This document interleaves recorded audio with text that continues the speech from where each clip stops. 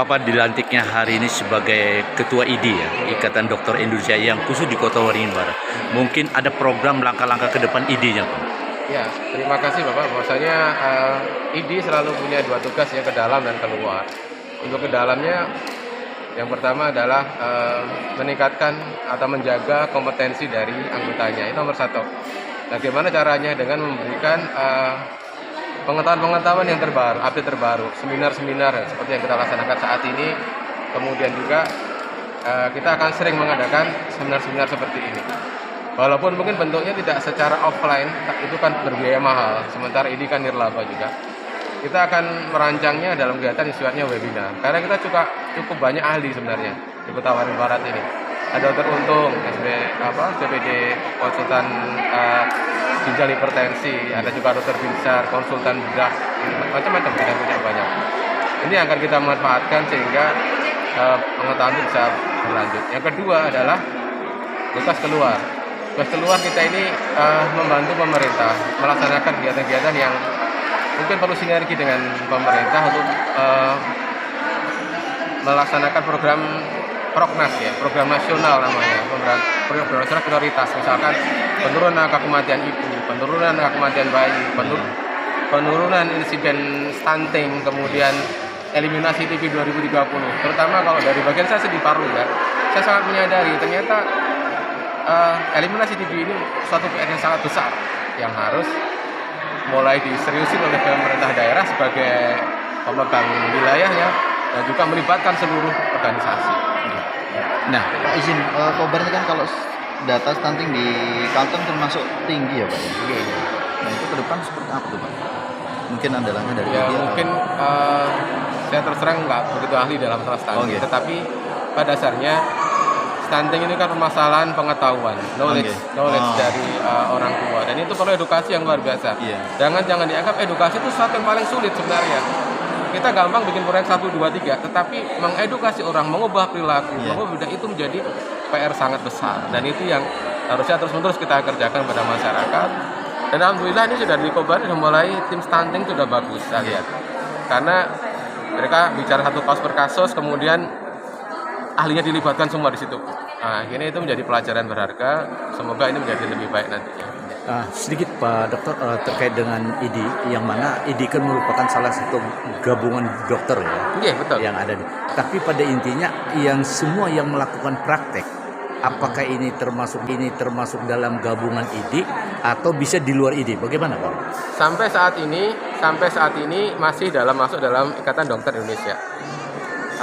Satu-satunya organisasi yang tertuang dalam undang-undang itu adalah Ikatan Dokter Indonesia. Jadi semua dokter praktek, terutama di Kobar kita ini, masuk dalam IDI. Tapi kalau di luar IDI dia melakukan praktek, apakah ini menyalahi aturan atau menyalahi bagaimana kira-kira? Karena kan kita memberikan rekomendasi praktek itu ada 3 tempat Pak. Kalau melebihi 3 tempat pasti itu salah. Pasti ada sesuatu yang masalah gitu ya. Walaupun ada kebutuhan-kebutuhan sangat khusus mungkin bisa diperbolehkan, tetapi itu atas izin dinas kesehatan dan sebagainya, banyak ininya. Kriterianya. Secara umum 3 tempat yang dibolehkan. Kalau saya mah nggak sanggup 3 tempat Pak, saya 2 tempat aja. Oh, 2 tempat. Iya, Mungkin Bang, tingkat kesejahteraan IDI yang selama ini apa yang menjadi prioritas? Ya mungkin berbeda-beda sih Pak antar anggota ya. Ada yang anggota memang dokter baru ya, tergantung tempatnya juga, tempat dia bekerja di mana dan sebagainya. Kalau kita memulai sebagai dokter yang baru, ya otomatis kita banyak berjuang. Ya seperti itu sih. Penyesuaiannya. Penyesuaian. Seperti itu alami saja menurut saya ya. Mungkin harapannya Bang ke depan Bang kepada pemerintah. Harapannya sih ini lebih punya peran kepada di masyarakat ya. Jadi bagian dari masyarakat, jadi ini harusnya peran lebih dari masyarakat, dan juga ini punya kemampuan untuk bermitra dengan seluruh organisasi profesi untuk menyelesaikan masalah-masalah kesehatan di masyarakat ini. Oke. Terima kasih Pak. Dengan pertimbangan Dr. Haji Tauhidi, Dr. Haji Abdi Rani, Dr. Nisa Karsi, spesialis bedah, konsultan bedah medis.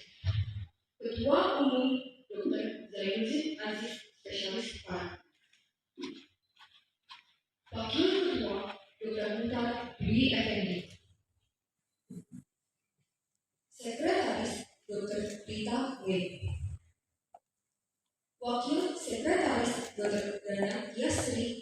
Disaster Management. Bendahara Dr. Willy Soni Hatul Indo. Wakil Bendahara Dr. Anggi Pratama. Bidang Pembinaan Anggota dan Organisasi Ketua Dr. Maya Krisna Silahartini, Spesialis Telinga Hidung Tenggorok Kepala Leher Mas. Anggota Dr. Yoman Budi Mahamudiana, Spesialis Bedah Mas. Dr. Mahadi Dr. John Ferry Sidabalo,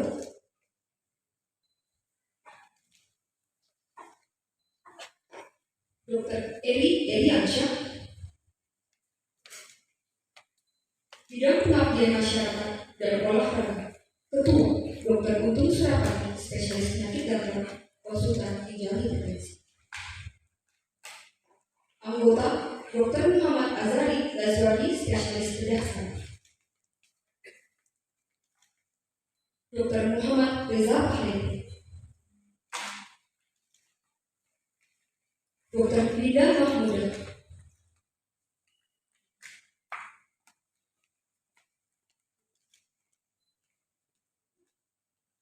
Dr. Puji Rahayu,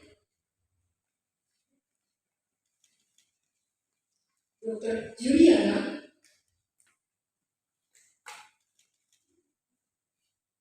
Dr. Diah Larasati. Bidang Kesejahteraan Anggota, Ketua Dr. Novi Wijaya, Spesialis Penyakit Dalam, Dinasib Mars. Anggota Dr. Priyanti Lianasari, Spesialis Radiologi.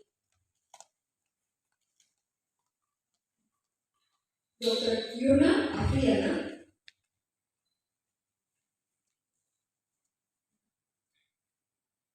Dr. Asmawati,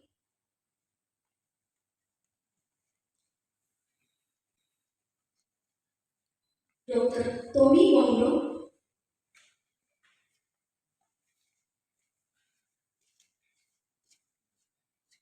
Dr. Komaria, Dr. Hasbun. Biro Hukum, Pembinaan dan Pembelaan Anggota, Ketua Dr. Ida Bagus Suryani, Kusuma Baba, Spesialis Telinga Hidung Tenggorok Kepala Leher. Anggota Dr. Uliani, Spesialis Obstetrik Ginekologi, FH Mars. Dr. Brian Atakesia Iwana Marta. Dr. Desi Setiawati, Spesialis Neurologi. Tim Pengembangan dan Pendidikan Kedokteran Berkelanjutan, Ketua Dr. Rita W. Anggota Dr.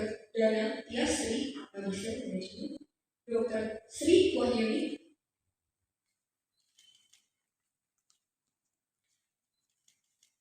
Dr. Muhammad Yamawari, Mahfud Putra.